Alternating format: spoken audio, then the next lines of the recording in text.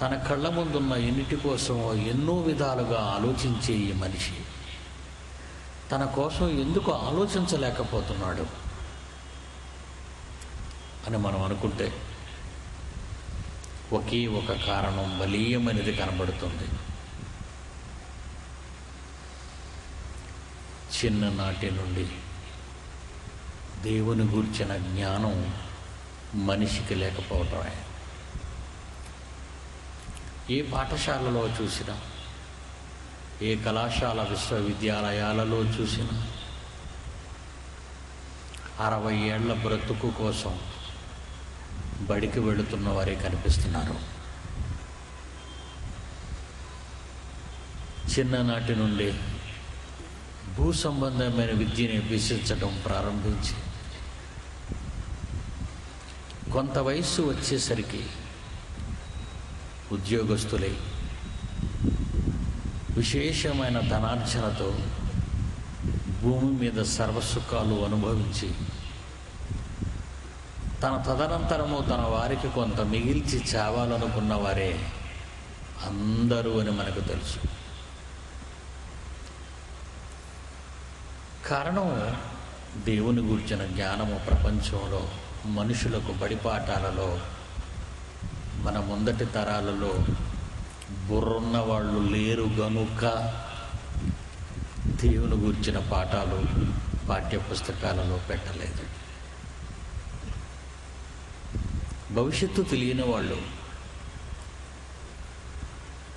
ప్రియులారా, మానవ ఆకార నిర్మాణం గురించి మనం మాట్లాడాం. దేవుడు దేహాన్ని ఇచ్చింది ఆయన కోసం, ఆయన పని కోసం. శరీరంలో పనికిరానిదంటూ ఏది ఆయనకు లేదు. నీ శరీరంలో ఆయనకు కావలసిన వాటిని నీ శరీరంలో ఆయన నిర్మించాడు. ఆయన పని కోసం కాళ్ళు తెగి, చేతులు తెగి, తలకాయి తెగి, మొండం తెగి, బాంబుతో మాంసపు ముద్దలు ముద్దలుగా గాలిలోకి విరజిమ్మే దయానీయ పరిస్థితి మనిషికి రాకుండా ఉండాలనే ఆయన మన శరీరంలో ఎన్నో అవయవాలను కలిగించాడు. ప్రతి అవయవానికి ఆయన పని ఉంది. ఆయన పని ఉంది. కొరింథీయులకు రాసిన మొదటి పత్రికలో 12వ అధ్యాయము 18వ వచనాన్ని చూడండి ప్రియులారా. కొరింథీయులకు రాసిన మొదటి పత్రిక 12వ అధ్యాయం 18వ వచనం. దేవుడు మనుష్యుల అవయవాలలో, మానవ శరీరంలోని అవయవాలలో ప్రతిదానిని తన చిత్త ప్రకారము శరీరములో ఉంచెను. మీ శరీరంలో ఉన్న అవయవాలన్నీ మీ ఇష్ట ప్రకారంగా లేవు, తెలుసు కదా. ఈ చేతులు ఇక్కడికి ఎందుకు వచ్చాయి? ఆ కాళ్ళు ఎందుకు క్రిందకు వెళ్ళాయి? వాటి క్రింద పాదాలు ఎందుకున్నాయి? ఆ పాదాలకు 5 వేళ్లుగా ఎందుకు విభజన జరిగింది? ఇదంతా ప్రపంచ మానవ శాస్త్ర ప్రపంచానికి తెలీదు. చిన్నమాట అండి ఇది. వాళ్ళకి తెలీదు అని అంటూ చిన్నమాట అనుకున్నారా?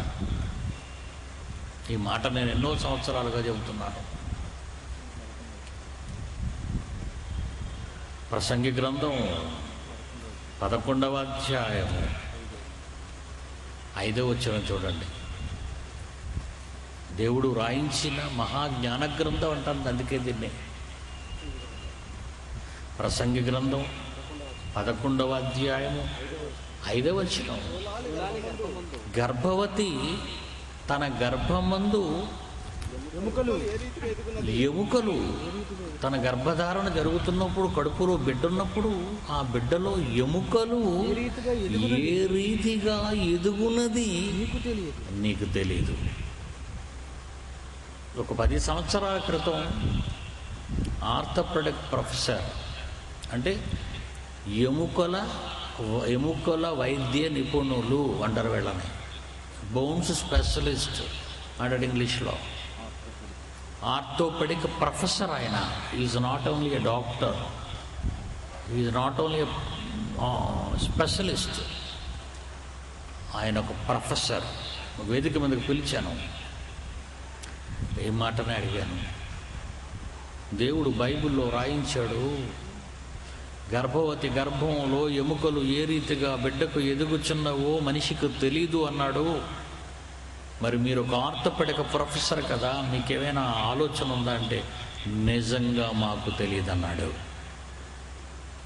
వాట్ ఏ వండర్ఫుల్ బుక్ అంటే బైబిల్.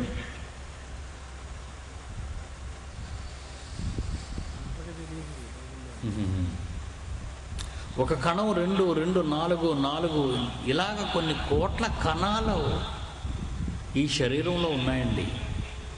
ఇన్ని కోట్ల కణాలు ఎలా వచ్చాయో తెలుసా? కణ విభజన జరిగింది.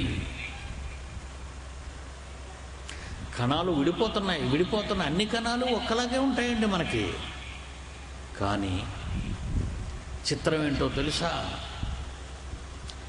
ఈ తల వెంట్రుకలకు ఏ కణాలు వర్తించాయి, ఈ కనుపాపలకు ఏ కణాలు వర్తించాయి, నాలుకకు, వేళ్లకు, గుండెకు, కిడ్నీకి, రక్తానికి.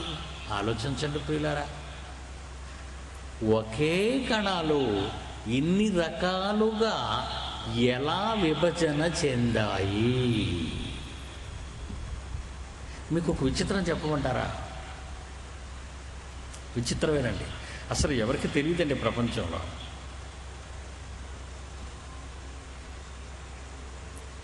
ఐదు వేళ్ళు ఉంటాయి ప్రతి వాళ్ళకి, వాళ్ళ చేతుల్లో.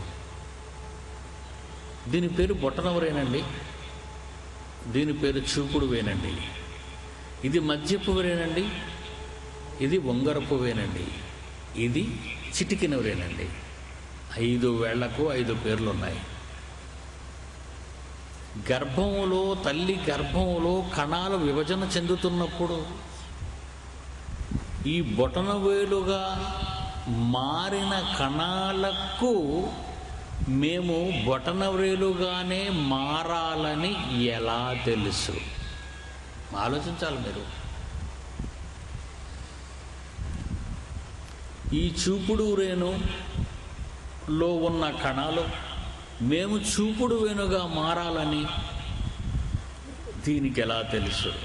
ఈ కణాలకు ఎలా తెలుసు? ఈ వేణును తయారు చేసిన కణాలకు. అలాగే మధ్యపు వేణు, ఉంగరపు వేణు, చిటికిన వేణు, అలాగే మెదడు. ఇకపోతే శరీరంలో 4 ప్రధాన భాగాలు ఉన్నాయి. ఒకటి చర్మము, బయటికి కనిపించేది. దాని లోపల ఉన్నది మాంసము. వాటిని అట్టే పట్టుకున్నవి నరములు. ఈ మాంసపు గూటిని నిలబెట్టడానికి వాడబడిన ఎముకలు. 4 ప్రధానమైనవి మీకు కనబడుతున్నాయి మానవాకారంలో. 1 చర్మం, 2 మాంసం, 3 నరములు, 4 ఎముకలు. వీటిలో ఉన్నవి కణాలేగా. ఈ కణాలకు మాంసముగా మారాలని కొన్ని, నరములుగా మారాలని కొన్ని, చర్మముగా మారాలని మరికొన్ని, ఎముకలుగా మారాలని మిగిలినవన్నీ ఎలా అనుకున్నాయి? చూలాలి గర్భమందు ఎముకలు ఏ రీతిగా ఎదుగుచున్నవో అది నీకు తెలియదన్నాడు దేవుడు.